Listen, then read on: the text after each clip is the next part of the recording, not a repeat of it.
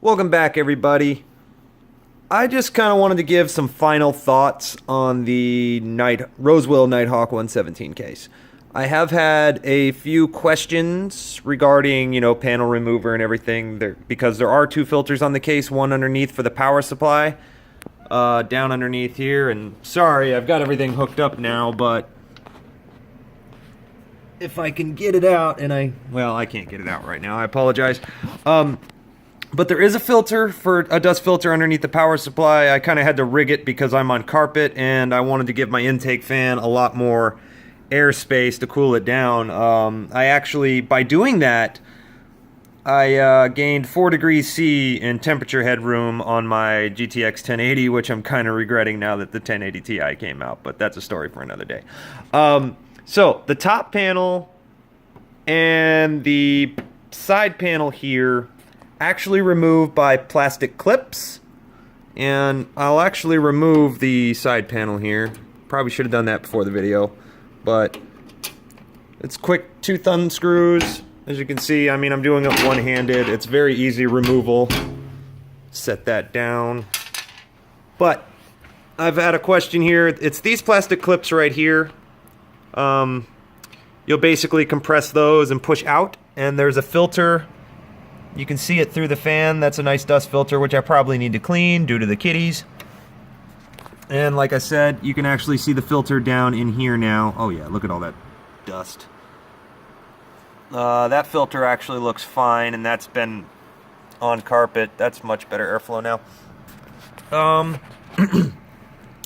It is fairly roomy. It does have room for a 240 millimeter cooler, which I probably am going to get. If you go for a Ryzen 1700X system, or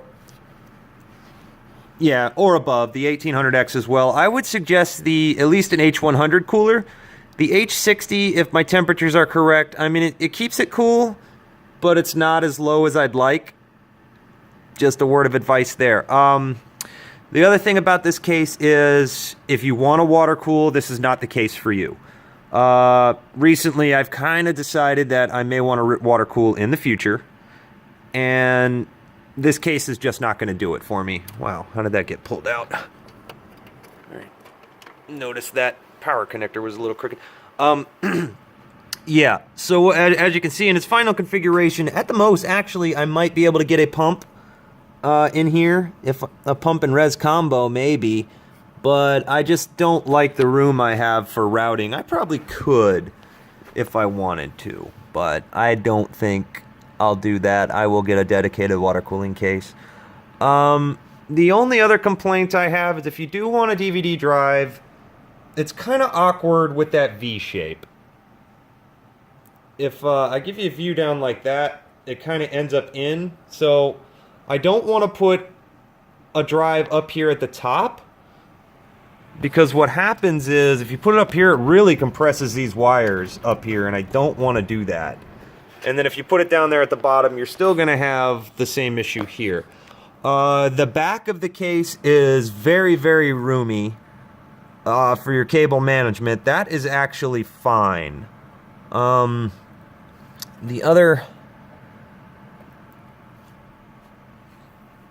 There is no USB 3.1. I know a lot of motherboards are starting to incorporate that. I actually have a USB 3.1 connector on here underneath my video card on my motherboard, but I don't have any 3.1 ports up top.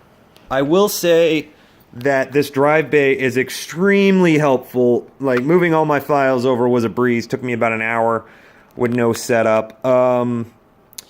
The USB ports up top are fine. The fan controller works great.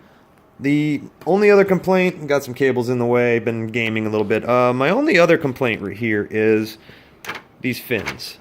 See how the range of motion, well, there really isn't one. You're actually better off just kind of moving the fins yourself, move it up, and you kind of have to slam it into position for it to open up. I want maximum airflow, and they don't operate as I'd like. It almost doesn't change a thing except slightly constricting. I do like the look of it, though. Not much of note on the back. It does have the water cooling grommets. Plenty of room back there as far as I/O. I didn't mention in my previous videos about my setup.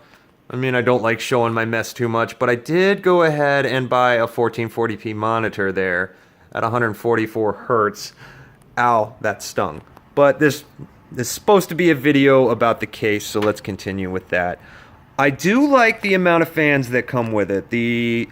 If you're going for a blue theme, I would definitely suggest this case black and blue, just for the simple fact that it already comes with blue LEDs. You can't change them. Like I said, normally this fan down here is up here where my cooler is, but with the setup I have, I would have had a hard time mounting that H60 up top. So I just moved this as an intake. But normally that would be an outtake fan, and I would highly suggest putting a fan here as an intake because it really does help with your video card and the overall cooling of this area right here. Other than that, I honestly don't have too much else to say about the case. It's roomy. The cable management is excellent.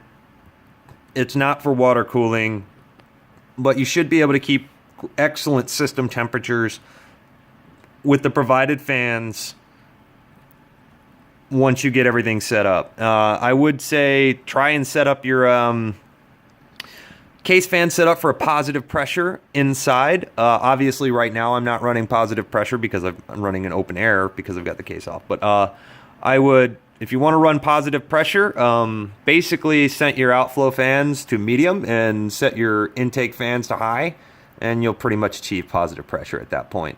But you can use some incense. If you're a smoker like I am, I used a cigarette, and you basically take it, you'll hold, you want the smoke to come up, and you want to see that smoke blowing away at one of these vents. Nowhere near a fan, but like these back vents.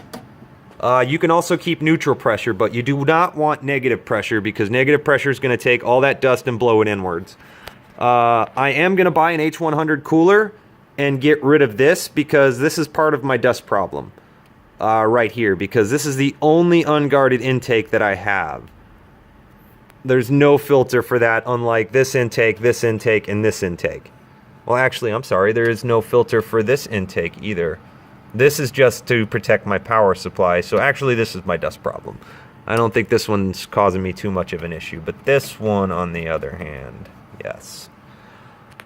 Alright, everybody. If you have any more questions, please feel free to ask. If you have any questions about my system, my setup, any of the benchmarks I've run, interested in Ryzen, I've pretty much played around with this for a good month now. My RAM speed's still not up to date. I am kind of disappointed in MSI with their BIOS updates. They haven't been as quick as I would like them to be.